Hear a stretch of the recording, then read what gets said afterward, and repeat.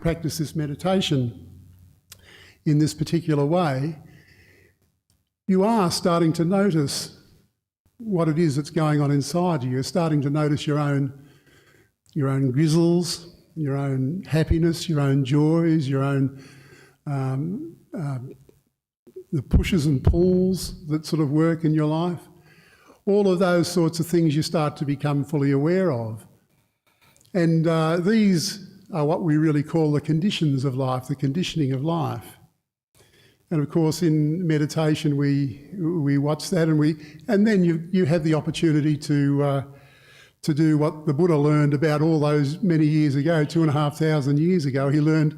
He really was the founder of cognitive behavioural therapy, really. Even though it has the fancy words these days, the Buddha actually taught us how to do this, how to see inside, how to guide yourself, how to use the Eightfold Noble Path to guide the way that we live our lives, the way that we think, and the way that we do things. So that's really what we've been talking about in the last few times that we've done these Wednesday nights. But I've also been pointing to something a little deeper than that as well. I've been pointing to the stillness of mind, because behind all of those conditions, all that conditioning that goes on, there is there for us, when we get to it, a stillness. There's a stillness that's quite palpable, that's there right inside our being. And this stillness is really what meditation is about, in a way. The stillness is what we're aiming for in meditation, to be able to make the mind still. Because when the mind is still, it is, in a way, in the present moment. It's not caught up with things in the past, and it's not projecting into the future. It's balanced itself nicely around this pivot point, this balance point of the present moment. And indeed, as you go deeper and deeper into this present moment, as we uncover, using the word just uncovering the present moment, we start to see just how peaceful and how still the presence is there. And so it's such a wonderful thing, because when you start to realise the stillness, you start to understand just where and how the thoughts and the conditioning comes from, because you're starting to learn about consciousness, your own consciousness. Because when you see the stillness there, it is in fact you can say the same thing. You're saying you are being conscious of the stillness. So you're starting to understand how consciousness works. And then we talked last week a little bit about aggregating consciousness, and how consciousness sort of builds. It builds up in an aggregated way, so that little movements of mind become important. Little movements of mind turn into perceptions, and the perceptions turn into feelings. And then the feelings turn into the physicality of this universe that we're all involved in. So understanding consciousness is again a very important thing to do. But when we look at still consciousness, we're really looking at what we can say is spaciousness. We can say that we're looking at space. Or to go really the way the Mahayanans look at it more, they kind of talk about emptiness, just the emptiness of mind. So just being conscious of the emptiness.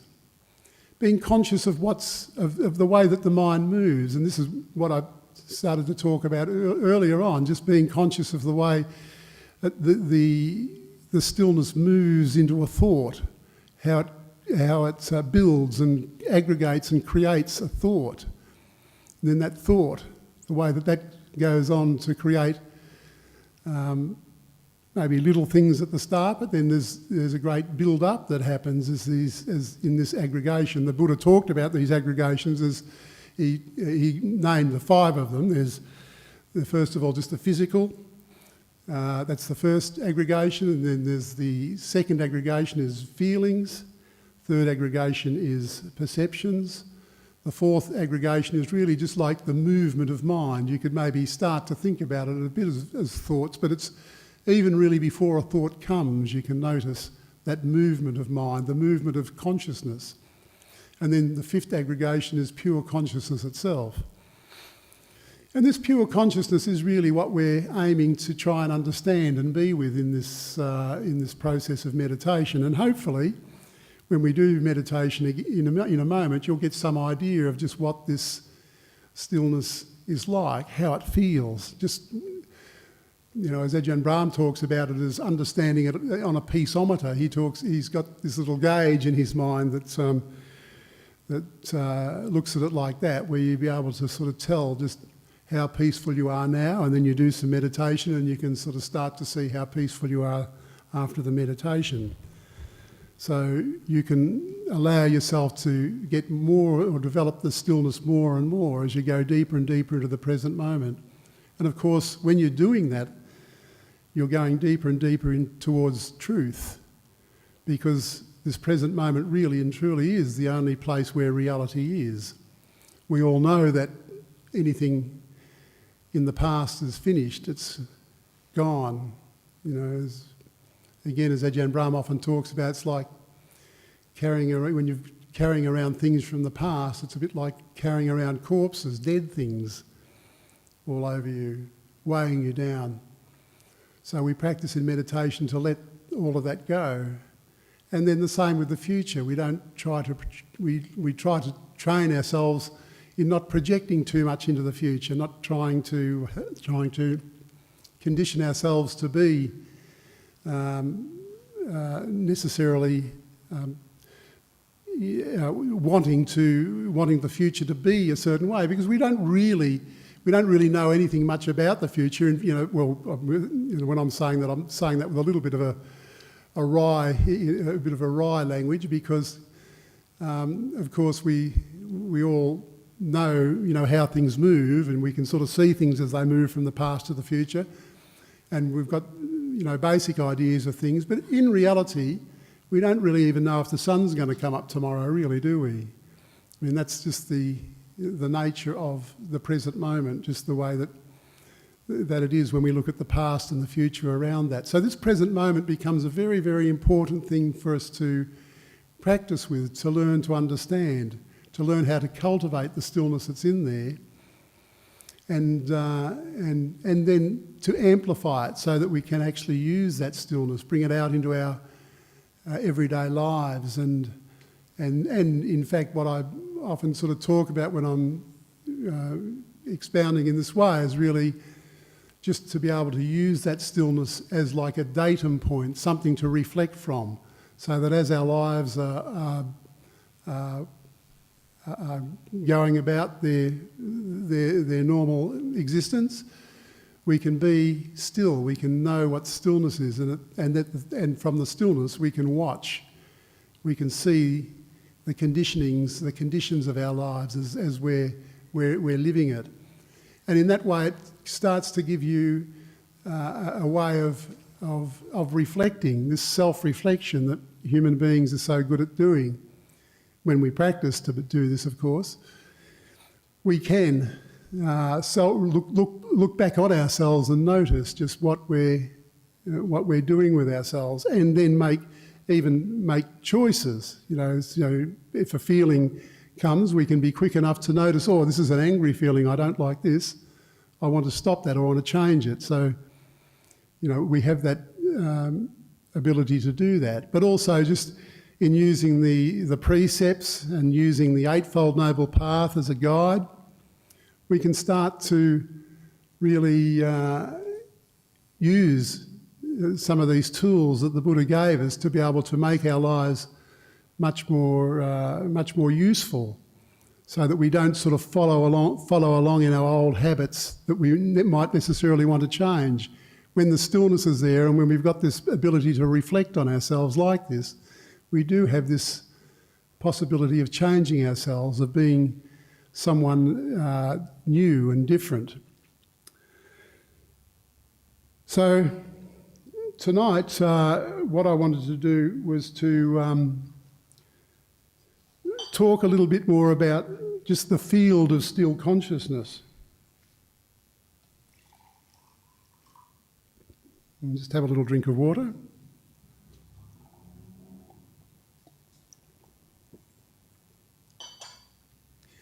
And I wanted to just introduce into tonight's meditation just the idea of metta, loving kindness, because the still consciousness is all very well. I mean, you might be able to even amplify the stillness and have the stillness there for yourself, but it still doesn't necessarily mean that you're happy all of the time. And I don't really know that it's possible to be happy all of the time anyway, but the fact is, though, that I notice in my own life, just how irritations in life can be so demanding and really cause you to be, upset and troubled quite often. Little irritate, like even I'm even just thinking of just simple things like, maybe having a shower and dropping the soap, and then you have to pick the soap up, or driving along in your car and you're all ready to sail through a green light and all of a sudden it goes red, and these little irritations that sort of come into your mind, and they can really build up. Well, that's what I've noticed in myself anyway. I won't necessarily load you all up with that, but I notice these sorts of things happening for myself. But I find that a great way to help all of that is really to seed this present moment, to seed the stillness of mind with stillness. With metta into the stillness. So this metta, I just wanted to say a little bit about that, because hopefully we might be able to sort of bring that into the meditation too when we just do this in a moment. But it's a good idea to sort of have some thought in your mind, just what it is that makes you feel. Probably, I'm thinking here of the four Brahma Viharas. So, what makes you compassionate? How you feel when you're feeling compassionate? What it is that you might sort of remember something in your life that has made you feel a lot of compassion for something. I think for a lot of women it could be, and men too for that matter, it could be when you see a baby that's sort of crying because it needs food, and there's a sort of a natural instinct to, I want to feed that baby and look after it. And that's sort of compassion that comes like that. When Ajahn Brahm's thinking about this, I know he always thinks about little cats, kittens. It's probably Stephen's wife would do that too. She's a big cat lover too now, working at the Cat Haven. So these sorts of things can bring up compassion for us. But then there's also just metta itself, just that the idea when you're thinking about this metta is really to think about it. It's a love. It certainly is a love, but not like a jealous or a grasping love. Love is more like a love that's more universal, love that's not dependent. I mean, we all know, and it's just a wonderful. I mean, I do marriage services myself here at the centre.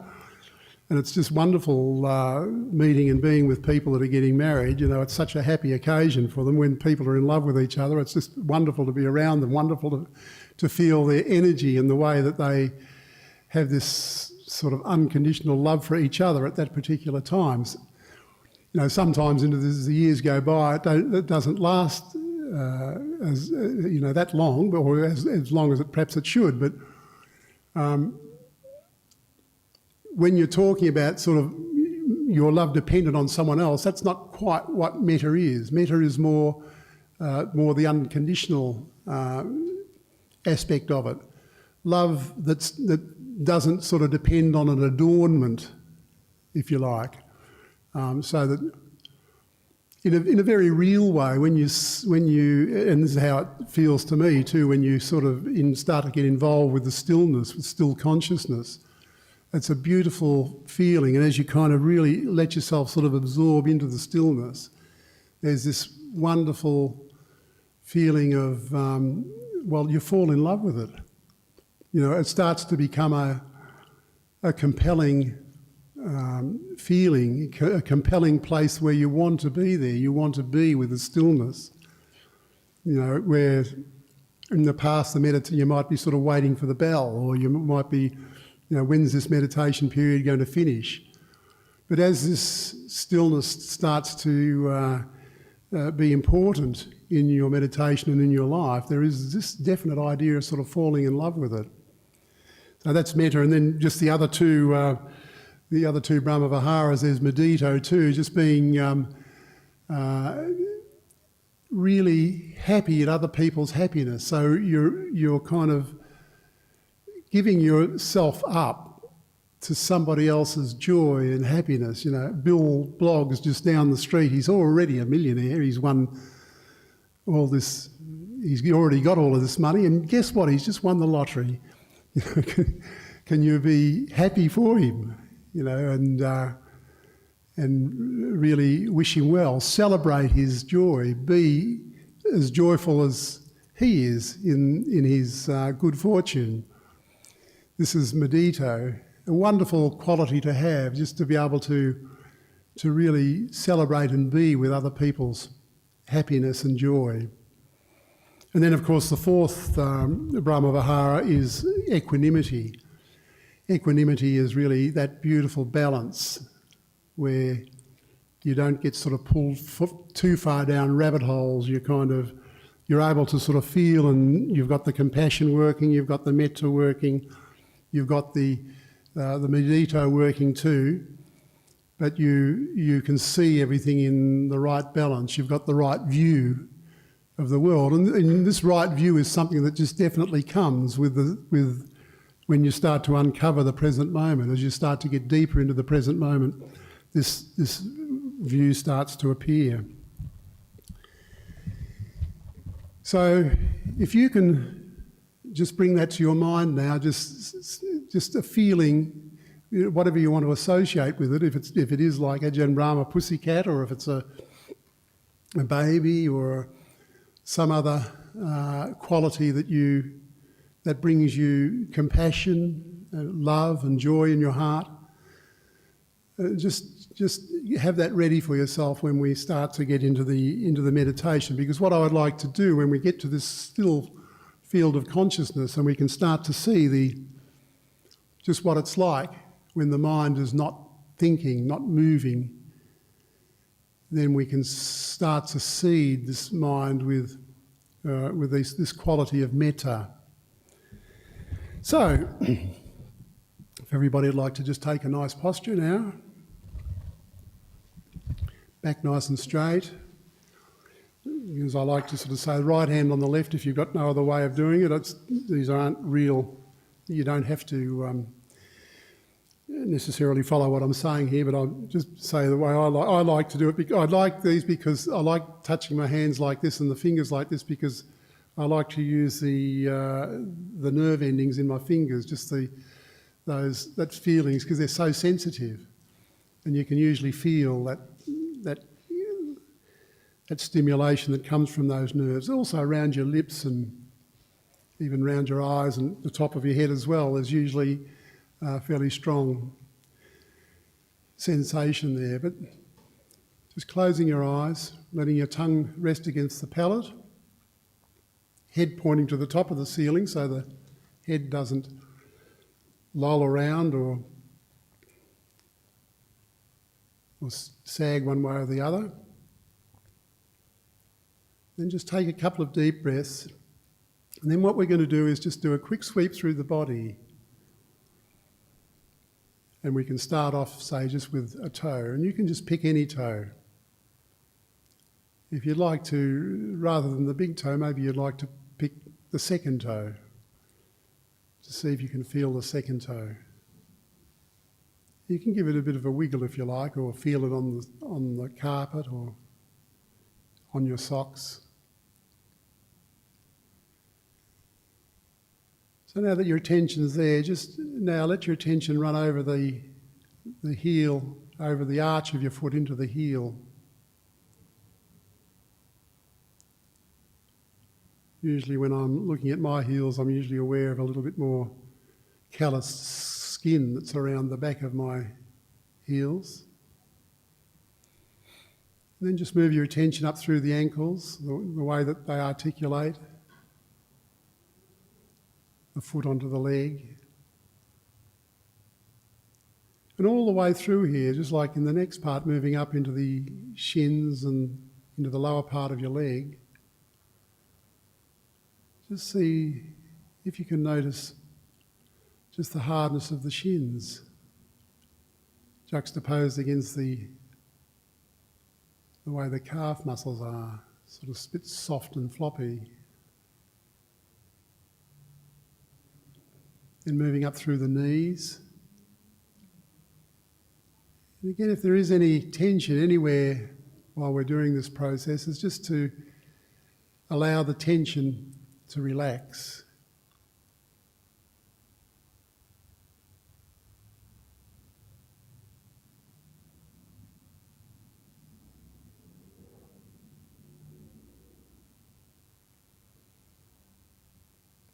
Then moving up into the thighs, those big muscles around the thighs.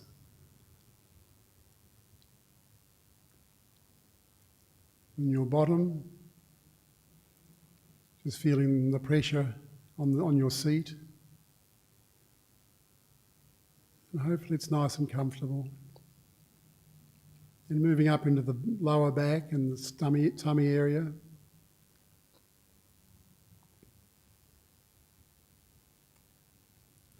Just feeling around there, and there's usually always a few little gurgles and ripples and rhythms that are going on in your tummy.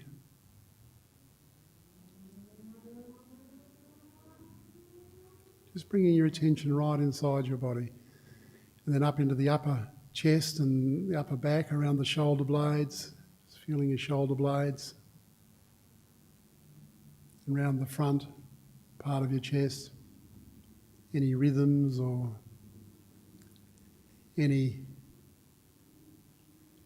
little rushes. I usually think of it as like clickety-clack.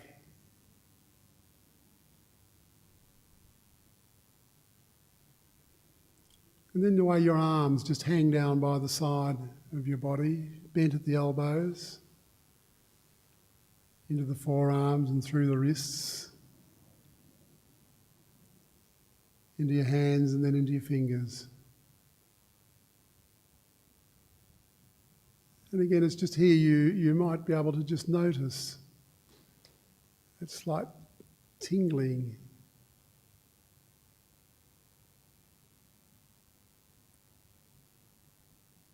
And if you get a sort of sense of that tingling, sometimes if you just look elsewhere on your body, you can notice that tingling it's an indication that you're starting to relax, your body's relaxing.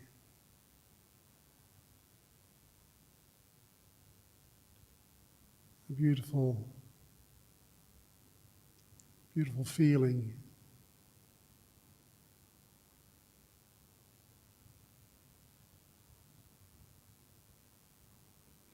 Then moving your attention back up into your neck area, around the neck, and then into your head, in behind your eyes, around your mouth and your lips.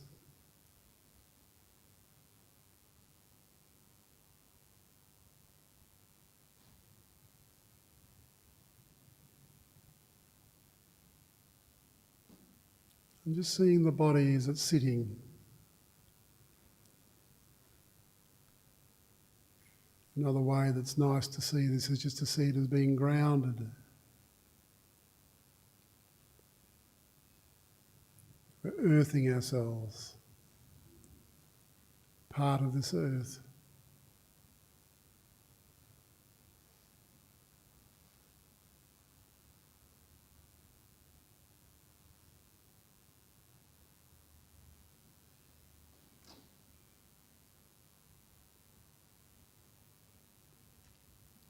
Being grounded it's an important concept, just to notice that we are part of this earth. Sometimes we can let our minds run away, which is okay. But just for this time, just to notice the way that we are connected to the earth.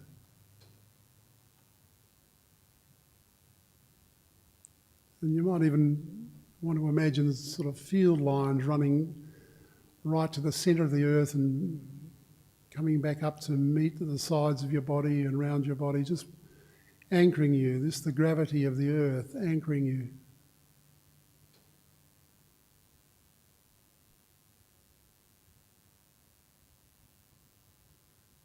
And then just that realisation and even a reflection that we eat up the earth, we're part of the earth. The vegetables and all the protein and all coming from the earth. And the reflection can even extend into just the waste cycle that happens as there's food going in one end and coming out the other. We are truly part of this earth. But yet we're also connected to the sky, we're connected to the universe. So these field lines, they run right up into out to all the furthest stars, quasars, all the galactic formations.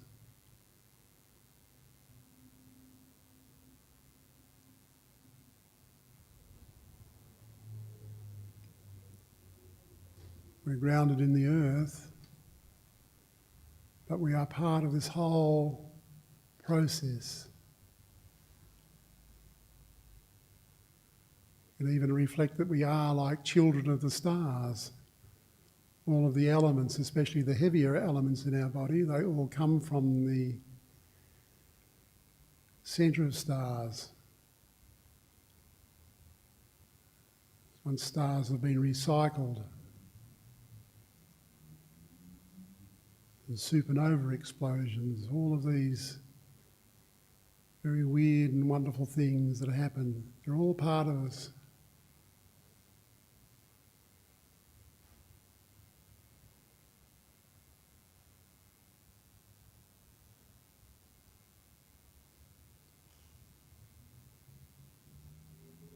But then as that grounding process works, we can just now feel the relaxation in our body. And hopefully feel comfortable enough just to move now to the mind.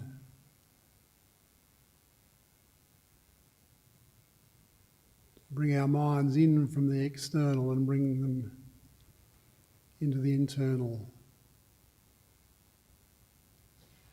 into the mind. And just allow that to settle.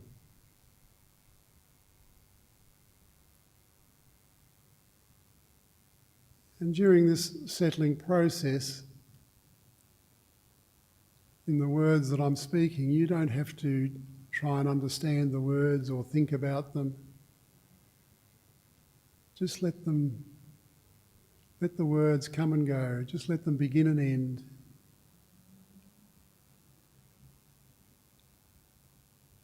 Not trying to work anything out.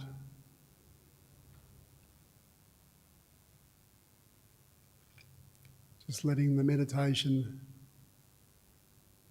be as it is.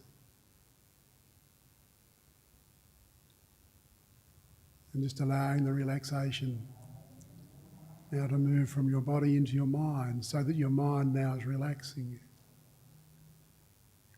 You're already starting to see that your thoughts are abating. You're starting probably to notice that your thinking is starting to stop.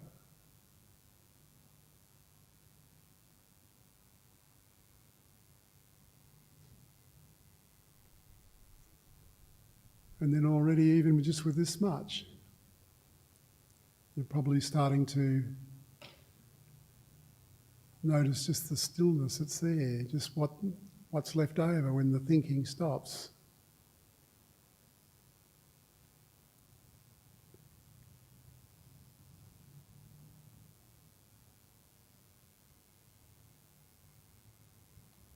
What does that feel like?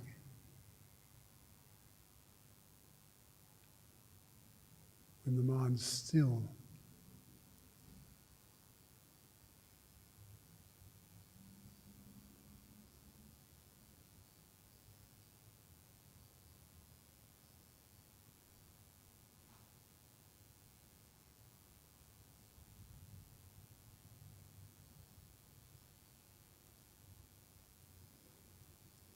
And just noticing even as the words that I'm speaking are beginning and ending in the stillness of your mind. You're starting to understand that this is the way that conditions work.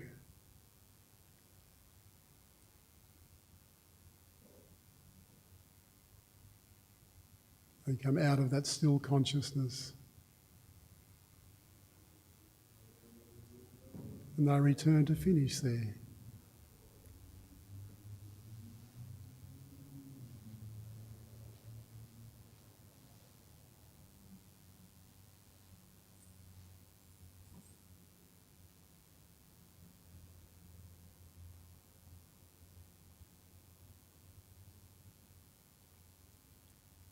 And you can know that when the mind is still like this, you're starting to get very close to truth.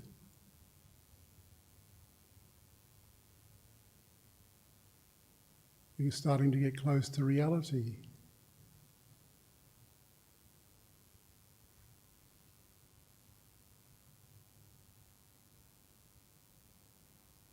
And one of the most wonderful things when you start to realise that is you start to see the beauty that's there, because truth is always accompanied with beauty.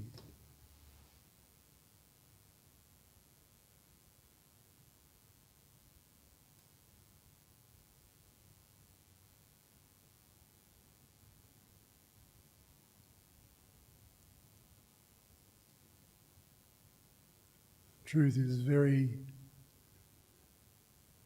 difficult to take your eyes off.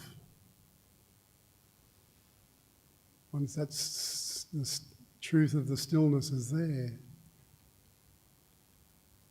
you can start to feel emotionally the joy. The joy in the relaxation, the joy in just being with the stillness.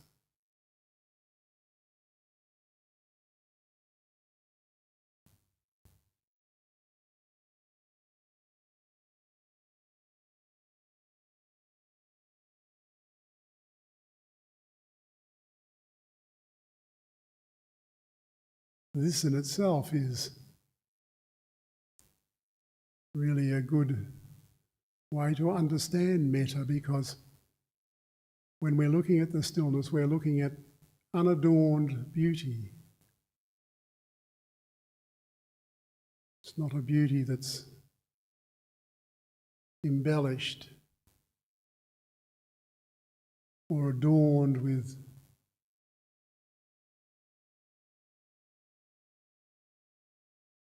things that might take your attention, like whether it's jewellery or perfumes or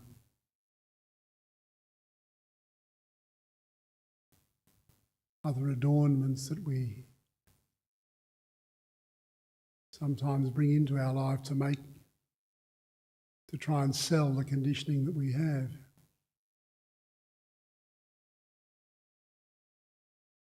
Here we're just looking at truth. And it's beautiful.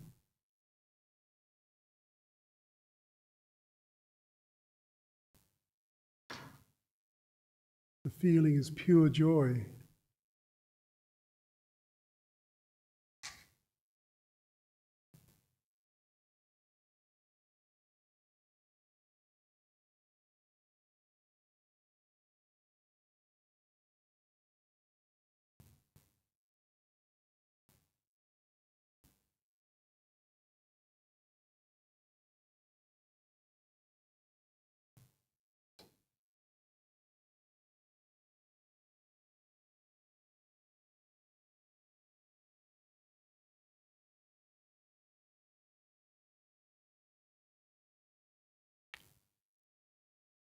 And if you like at this point too, you can bring in the breath as an aid.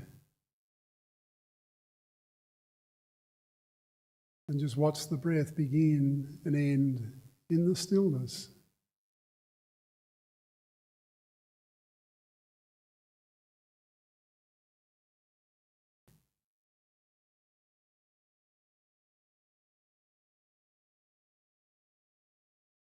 A beautiful breath, a life-giving breath.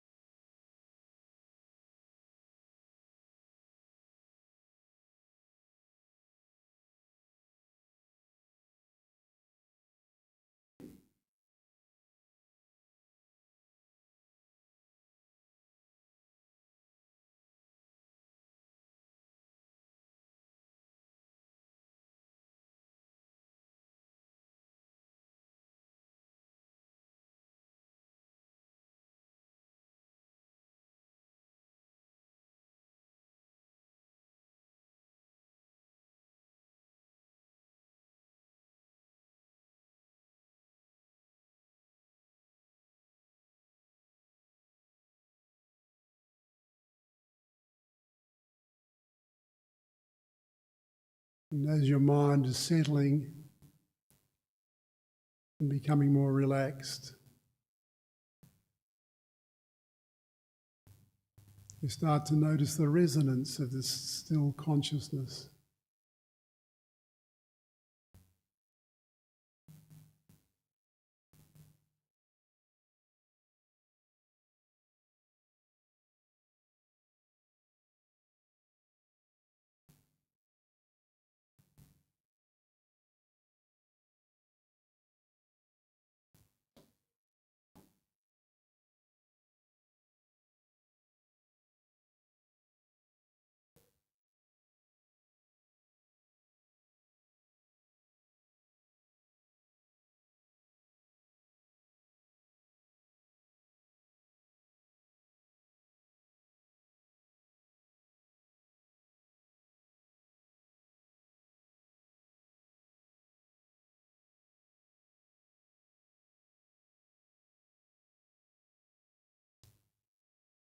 Now, as you're relaxing more and more deeply, you might also notice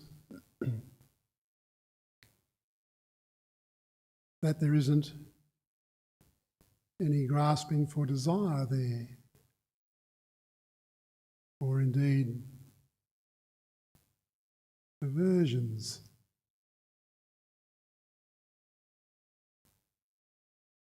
Just this beautiful relaxation of the mind.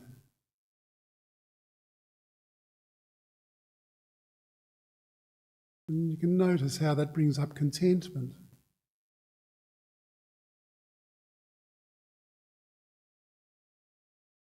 When we're not grasping at something or trying to push something away.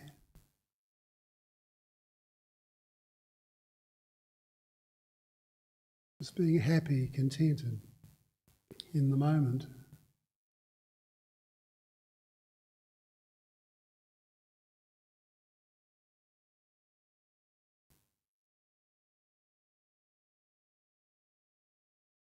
And this is the first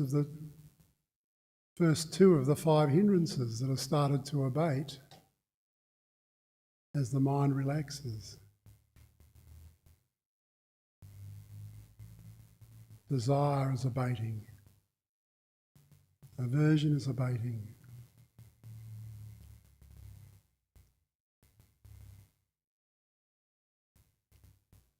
But you also start to notice that the 3rd and the 4th hindrance, you notice that the body is not restless. It's quite balanced. You're not wanting to drop off to sleep. You're aware, you're bright, your mind's bright.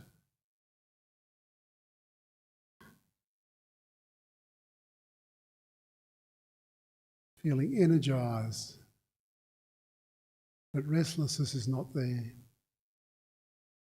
and nor is there sloth and torpor, the third and the fourth hindrance.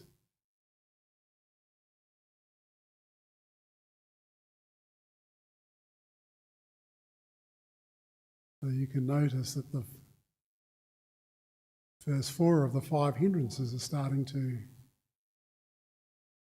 come under control, starting to move away. And you can be confident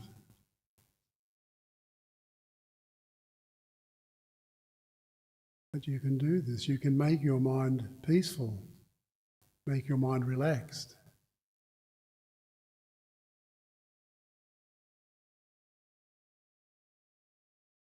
And the more that confidence comes for you, the more the fifth hindrance of doubt will start to abate as well. Because you'll have no more doubts. You'll know that your mind is still present, beautiful, happy, joyous.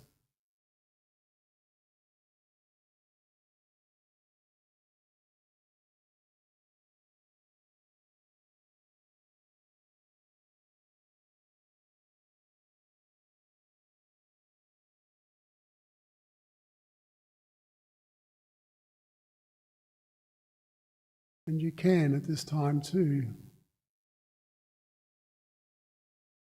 even bring into your mind just ideas of metta, these ideas of what it feels like to have loving kindness, to plant loving kindness in that field of stillness. Just imagine in your mind's eye the still field, so relaxed, so still, all planted abundantly with the flowers of metta.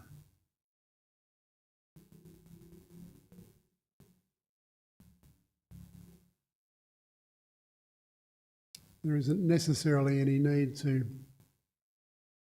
make too strong a picture of it, but just to allow your mind to know that metta is present. Compassion is present.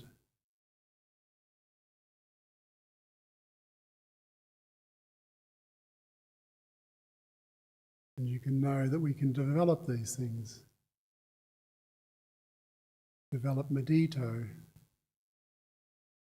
and develop equanimity.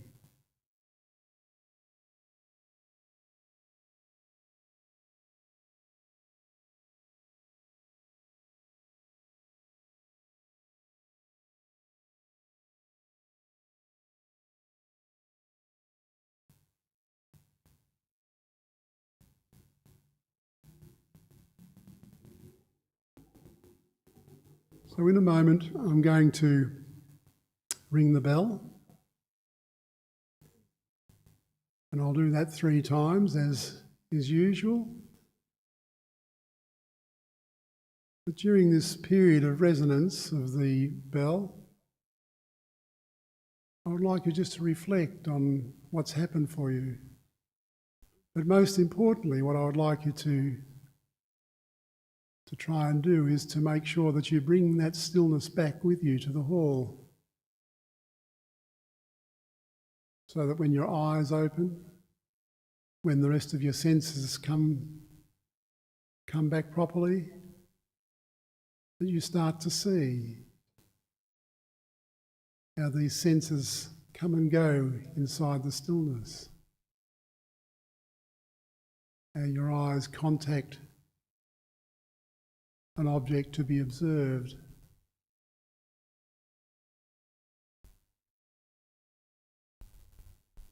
how that begins and ends.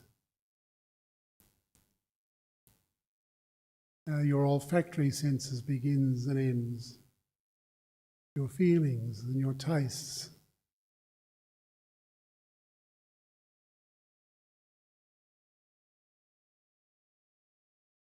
So to bring back the stillness and be able to cultivate that stillness. Make it something that's with you all of the time. It doesn't have to be just in a meditation period, it can be with you all of the time.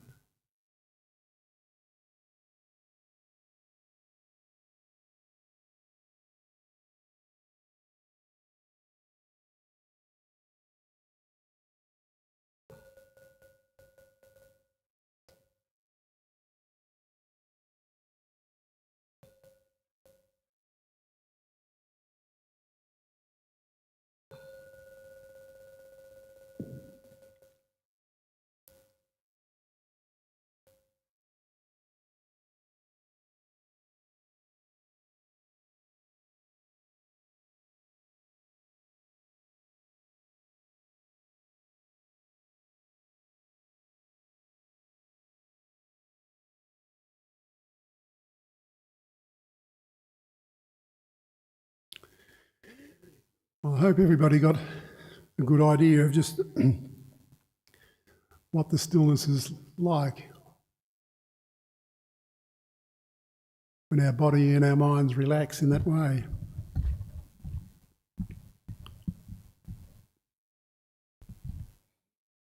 Because right through all of this process, there's Dharma to be learnt all the way through.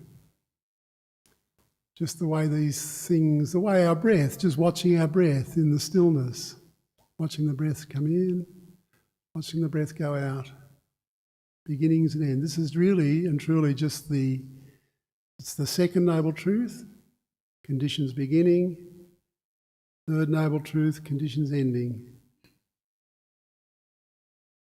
And then, of course, we've been talking all the time about the Noble Eightfold Path. Really, this is the idea of the complete practice of Buddhism that will take you right to the heart of this,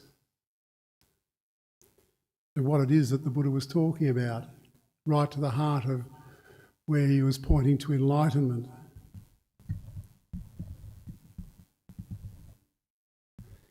And we can sort of see, I've just been listening a little bit over the week to Ram Dass, when I think he's died now though.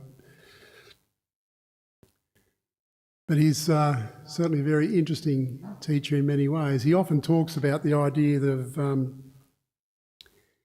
enlightenment not being a friend of the ego. So, and I think that's sort of, that's so true. But when you get into this stillness, you can start to see the way that the conditions work, the way that we do build up this conditioning.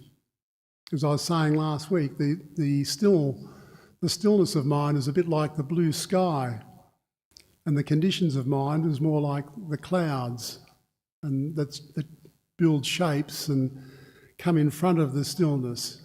So sometimes the clouds can completely cover up the stillness, just in the same way that it can with us when we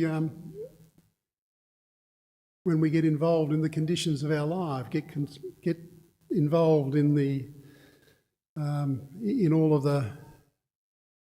the troubles and the hurts of our life. But one of the most wonderful things when we start to get involved with this stillness and you start to understand the stillness itself, it becomes like a real tool that you can use, because the stillness, it is a healing thing. As you would have seen in your meditation there, the stillness can break up tensions, it breaks up troubles. So really, whenever you've got sort of issues or troubles, this is really a great thing to do, to be able to sort of bring this to your meditation and just allow the stillness to be able to surround any troubles that you have, to penetrate into them, to allow them to break up, see how they break up, see how the stillness makes them relax. All these conditions, they're just passing phases, really. And the conditions are just something that's already come out of the stillness. But when we can actually take the stillness of mind and use it as a tool in that way, we can really start to do some wonderful healing on ourselves. Healing old wounds and old hurts, healing past lives, all sorts of things. And this stillness, of course, is a very powerful thing, because we're starting to get really right into the spaciousness of really the universe. We're really training the mind to come down to almost like a 0 point. And as we know, if you know any physics at all, 0 point energy really, in just one little point of any place you want to pick in the universe, once you can get down to the 0 point of it, there is the energy of the whole universe there. And that's sort of how you can see how that sort of works in the mind when we've got the mind still like this. It's very powerful, because because you're approaching like infinity. There's an infinite amount of the whole universe is really there. You're starting to notice that the whole universe is right there in that moment of stillness, because this is where even that begins, where a universe begins in the stillness, but it also ends in the stillness, just the same way as a breath does. And even the stillness itself, that's a very fast process. But it still begins and ends very fast. The Buddha mentioned that it was countless times in the wink of an eye. The Buddha had a really good idea of just what quantum mechanics was about. He kind of didn't describe it exactly as physicists might do these days, but he certainly understood what that very, very small measurement of time and space really is, right down into the quantum area. But then at the other end of the scale, he's also had this astronomical vision of being able to see universes begin and end. All these conditions, and they all are right there in our mind. We can start to see them and be with them, start to understand, and start to realise that to be there in the way that the Buddha talked about as an enlightenment process, we need to be able to let go of our ego, let go of our thinking, our views and opinions, just so that we can, and as I was explaining in there, I really do hope it was like that for you. I mean, this is how it is for me when I see that stillness. It's just so beautiful to be with, so compelling. Just hard to not want to be there. And then gradually you can start to build on that. You build it up and it becomes amplified, so that you notice it. You can notice it in your day. Especially, I mean, even this is probably an interesting story. I had a friend, and I've also heard this story in many other contexts around too. So maybe I'll just use the other context. But there was a lady who I was listening to on the radio, and she had a car crash, and she was explaining just what it was like in this car crash. To be mindful, because she was saying that time slowed down. She couldn't believe it. She could see this car coming at her, and she explained how she noticed that when the car hit the front of her car, she had enough presence of mind to see each ripple in the bonnet sort of coming towards her, whole bonnet squashed and concertinaed. She even was mentioning, you know, the engine sort of going underneath her and just noticing that. But she was talking about the sound of the tearing metal and everything was just, the physical sound of it was just unbelievable. But then she said something really interesting. She said, but the silence was deafening. The silence was deafening. I wonder if you've ever noticed that whenever you've had a shock or been into a shock state like that, just to, when the mind goes very fast to one point, just the sound of the silence.